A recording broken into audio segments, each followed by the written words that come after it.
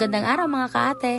Another day with Taste Test Serie. Pagkatapos nga namin dito sa Rico House Farm at nung kami papauwi na, dumaan muna kami dito sa Alberto's Grill. Bali din nga nila ang ere sa may Bansud Oriental, Mindoro. Dini na nga ako kami dumayo ng kainan tanghalian. At kung makikita nyo, may pa-set up sila para sa Valentine's. Ang linis at ang napakaganda ng place ng Alberto's Grill.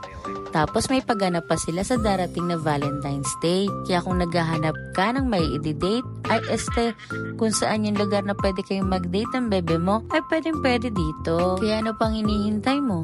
Maghanap ka na ng kadate? Hoy, hindi. Tapos pinasok nga din namin yung CR nila. Alam nyo ba, napakabango at malinis yung CR nila. Para kang nasa sa hotel. Ano daw? Tapos ito yung menu nila.